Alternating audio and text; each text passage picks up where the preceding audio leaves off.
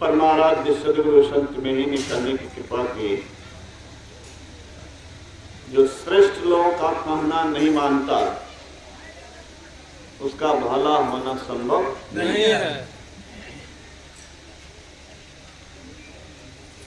प्रधान को प्रधानता न देना, प्रथम को प्राथमिकता नहीं देना, प्रमुख को प्रमुखता नहीं देना घोर अन्याय, घोर पाप और कठोरतम दंड का अधिकारी है। कड़ा से कड़ा दंड का अधिकारी। सृष्टि का प्रधान कौन? आकार दिखाने से हो गया तुम क्या, हम हो जाएंगे क्या? मैं बराबर कहता हूं पतंग उड़ी आकाश में, धारा किसी आदमी के पास। हम सब लोगों के जीवन का भाग और अद्भुत सत्ता के हाथ में है। कैसे इस शरीर में आए हैं कुछ पता है क्या किसी को? हमको या आपको? कब तक रहेंगे पता है क्या? अगले सेकंड में क्या होने वाला है पता है क्या? कुछ जो जानते नहीं, ऐंठ अकड़ दिखाते क्या? किन संपत्ति पर, किस विद्या पर गर्व करते हैं? ये विद्या काम नहीं देती है, दिमाग खराब हो जाता है। डॉक्टर वशिष्ठ नारायण मैथमेटिक्स जगत के प्रसिद्ध विद्वान थे, विश्व लेवल के। वो आदमी जब मस्तिष्क खराब हुआ, विद्या काम नहीं दे रही थी, पागल हो गया था। मैंने पेपर में पढ़ा था कि कूड़ा करकट के ढेर पर जो घर से रोटियां फेंकी गई थी, उस रोटी को उठा रहा था, कुत्ता उधर से झपट गया। किसी ने पहचाना तो उसको रांची में भर्ती करा। तो गुरु महाराज कहते हैं धन रहते हुए शरीर नाश हो जाता है, या आपके शरीर रहते हुए धन नाश हो जाता है। धन को कमाने में परिश्रम, धन को रखने में परिश्रम, धन को भोगने में अहंकार। ये धन तुम्हारा किस तरह से कल्याण कर सकता है? ईश्वर को प्रधानता नहीं देंगे। अरे इस छोड़िए ईश्वर को, इस शरीर में प्रधान कौन है? प्राण निकल गया, ये आप किसी काम की है क्या? शरीर इंद्रिया किसी काम की है क्या? और इस शरीर इंद्रियों के लिए अपनी आत्मा को बेचते हैं, अपने अंतःकरण की आवाज को दबाते हैं। कोई गलत कर्म करते हैं तो आपको अंदर से आवाज आती है कि काम ठीक नहीं है, लेकिन लालच आपको छोड़ता नहीं है भोग का। आत्मा अमर तत्व है, परम शक्तिशाली है, उसके बदौलत यहाँ शरीर इंद्रियां काम करती है, उसका महत्व नहीं देना और मन के अनुसार मनमानी करके गलत दिशा में जाना, यही तो कठोर दंड का कारण है। परमात्मा ने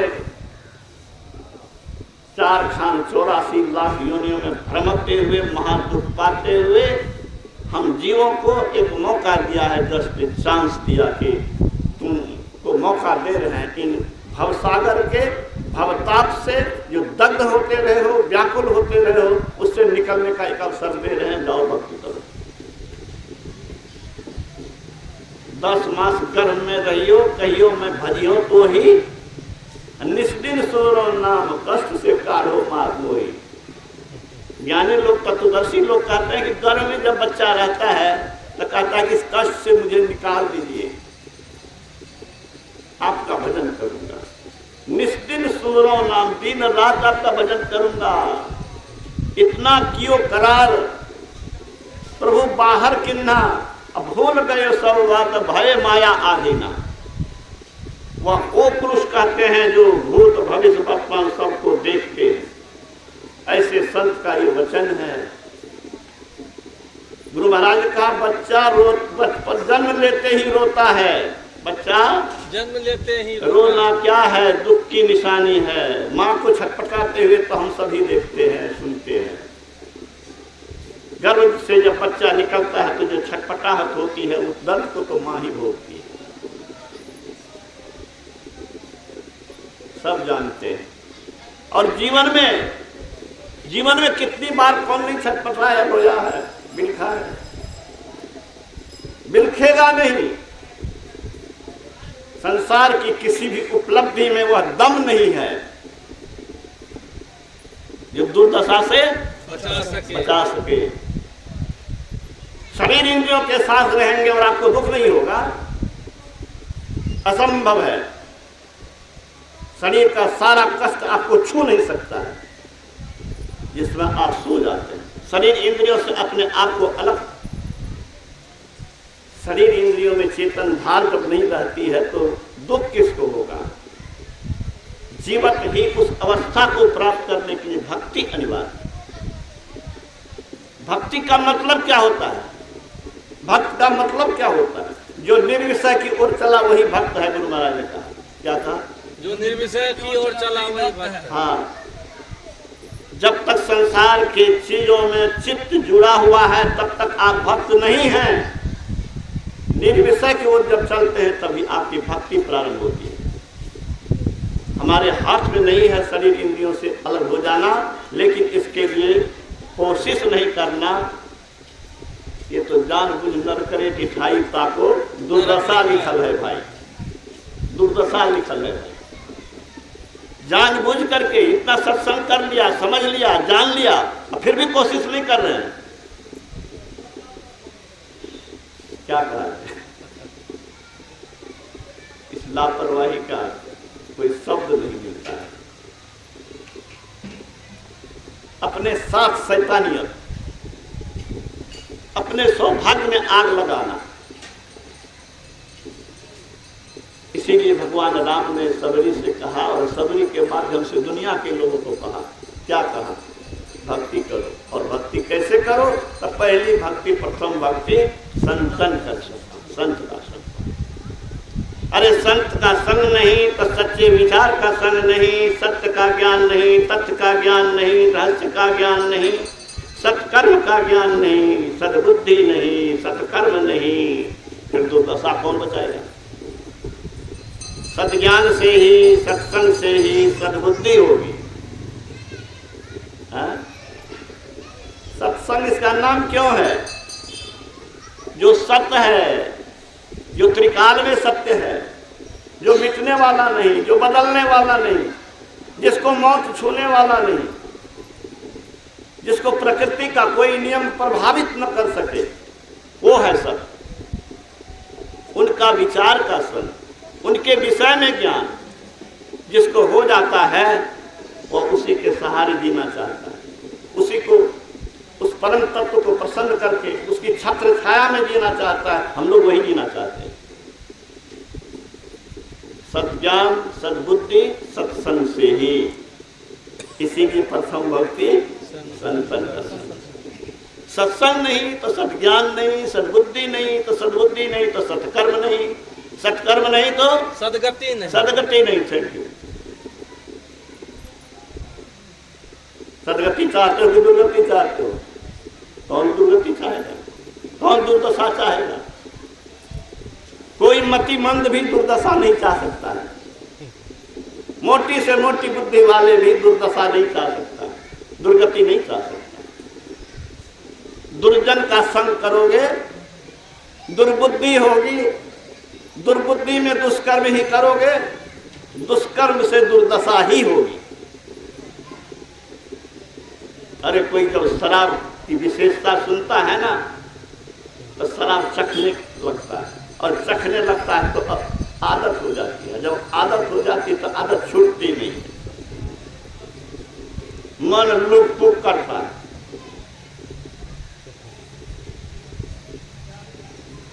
मैं बराबर खाता हूँ। मेरे पड़ोसी एक थे, वो गंजेड़ी थे, पूर्णिया में इलाज करा, कहा कि अगर आप गाना नहीं छोड़िएगा तो आप नहीं बचिएगा। परिवार वाले ने बुरा शासन किया, आप नहीं पी सकते। सब सो जाता था, वो गंजेड़ी मित्र के पास चला जाता था। रात में देख लिया दूसरे ने, कहा कि आप सारे पर छूटते। अरे गंजेड़ी का संग तेरा बेटा करेगा तो गंजेड़ी बनेगा। सत्संग कराओगे, सत्संग सुनेगा, सद्बुद्धि होगी, सत्कर्म करेगा।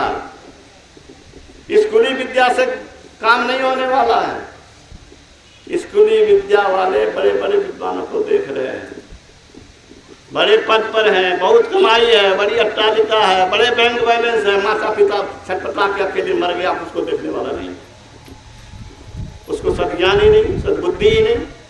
जिसने पाला, जिसने पोसा, जिसने सब कुछ दिया, उसको मरने के लिए छोड़ दिया, दुर्दशा भोगने के लिए छोड़ दिया। उसको सद्ज्ञान ही नहीं है कि उपकारक कौन है, मेरे लिए देवता कौन है, और मैं उनकी ऋण से उऋण कैसे होऊंगा, ये ज्ञान तो मिलेगा तो संतों के संज्ञान। तो प्रथम भक्ति संतन दर्शन, भगवान राम का उपदेश। अरे मनुष्य में प्रधान को वो छोड़िए, उस ब्रह्मांड के नायक परमात्मा जब मनुष्य शरीर धारण करके राम बन करके आए तो हम मनुष्यों के उद्धार के लिए बता दिया कि पहली भक्ति है सत्संग, और दूसरी रति मम कथा प्रसंगा, मेरे गुणगान को, मेरी कथा को सुनो, प्रेम से सुनो, प्रेम से सुनो, और फिर उसको आत्मसात करो। गुरु पद पंकज सेवा, तीसरी भक्ति अमान। अरे गुरु नहीं तो युक्ति कौन बताएगा? आपका बेटा डॉक्टर बन जाएगा, इंजीनियर बन जाएगा, बिना डॉक्टर के नजदीके पढ़े। मूर्ख है वह आदमी जो सोचता है कि मैं इस अंतर पथ में ईश्वर की भक्ति कर लूंगा बिना गुरु के। बिन गुरु होई न ज्ञान, ज्ञान की होई विरागी। गोस्वामी तुलसीदास जी ने लिखा, बिना गुरु के ज्ञान नहीं हो सकता। और महर्षि जी ने कहा, बिन दया संतन की में ही जानना, इस राह को हुआ नहीं, होता नहीं, होनहारा है। अरे इनके यहाँ आए हैं तो कोई बताने वाला आया है, मिला तो आए हैं।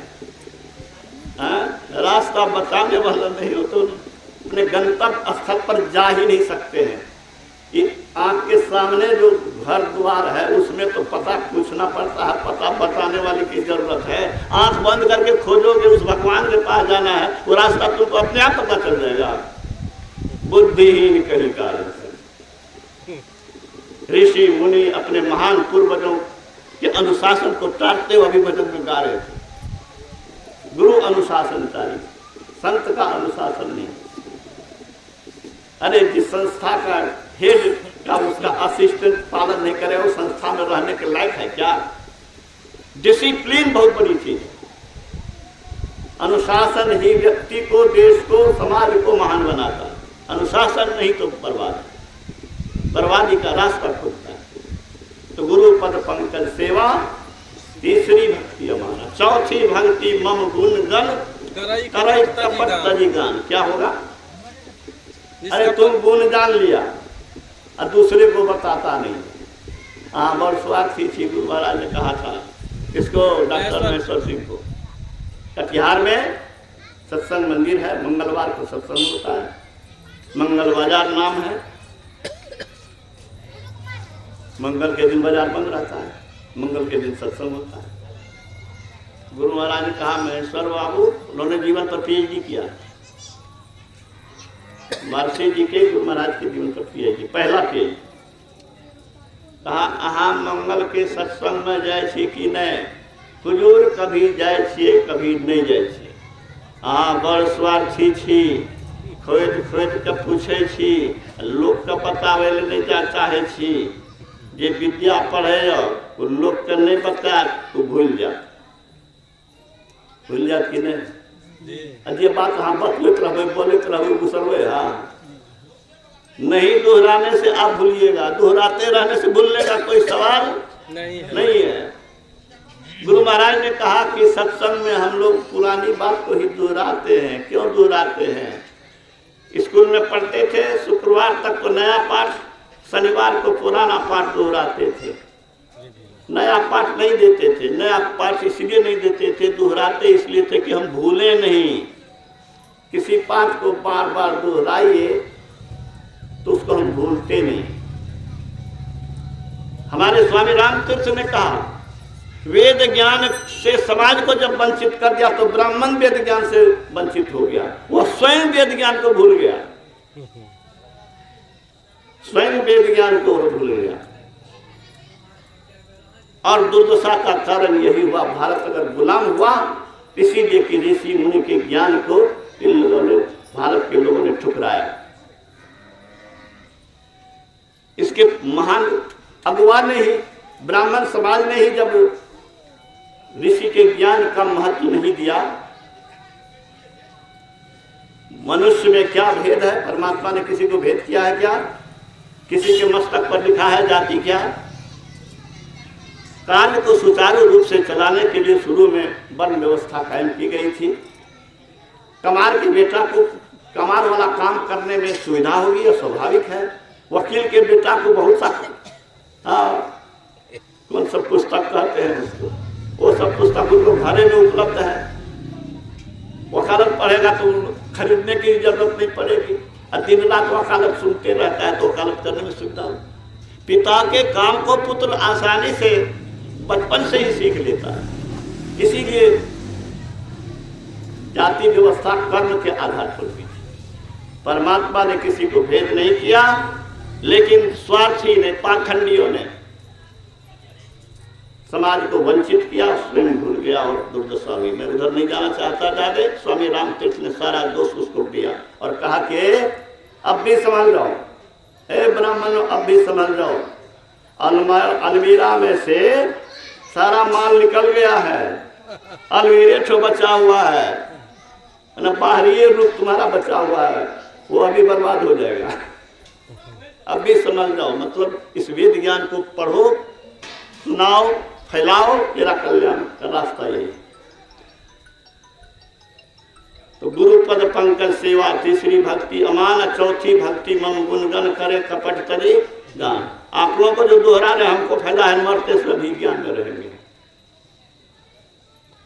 मंत्र जाप मम दृढ़ विश्वासा, पंचम भजन सो वेद प्रकाशा। अब भक्ति का प्रारंभ अंदर में जाने के लिए प्रभु को पुकारो, मंत्र गुरु से लो, गुरु से मंत्र लेकर के जपो। ध्रुव ने देवर्षि नारद से मंत्र लिया। देवर्षि नारद ने कहा, अरे तुम जंगल में जा रहे हो, बाघ सिंह है, तुम कैसे बचोगे? हाँ, आप महात्मा जैसे लगते हैं, आप हमको डराते हैं। जो सहाय जननी जठर सो प्रभु गयो कि सोए। जो पेट में से हमको बूंद से मनुष्य बनाया वो सो गया है क्या? वो कहाँ नहीं है जो हम पाप कह रहे हैं। कहा कि ये असली भक्त है। परीक्षा हो गई, गुरु कीजिए दान तो चेलो कीजिए दान। दीक्षा जैसे तैसे को नहीं देना चाहिए। जो सत्संग नहीं किया, संत मत के ज्ञान को समझा नहीं, उसको दीक्षा दीजिएगा, दीक्षा को संभालेगा क्या? देख लिया कि ये दीक्षा के लायक है। रामानंद स्वामी के पिताजी पोते से जो प्रश्न करते थे, उसने प्रश्न किया था कि आप जवाब देने वाले कौन है? कहा महर्षि ने। कहा मुझे दीक्षा दे दीजिए। उसमें क्या लिखा आया मालूम है? कहा आप दीक्षा के अधिकारी नहीं हैं। ठीक है। रामानंद स्वामी के बेटे ने जो चमत्कार दिखाया था गुरु महाराज की शक्ति का, सिद्धि का, उसमें ये आया था कि आप भजन के अंतर दीक्षा के अधिकारी नहीं। सहरसा वाले, हाँ सहरसा वाले रामानंद स्वामी, कृष्ण कुमार वर्मा को तो सिद्धि मिली थी, उसके दादा की बात मैं सुना रहा हूँ।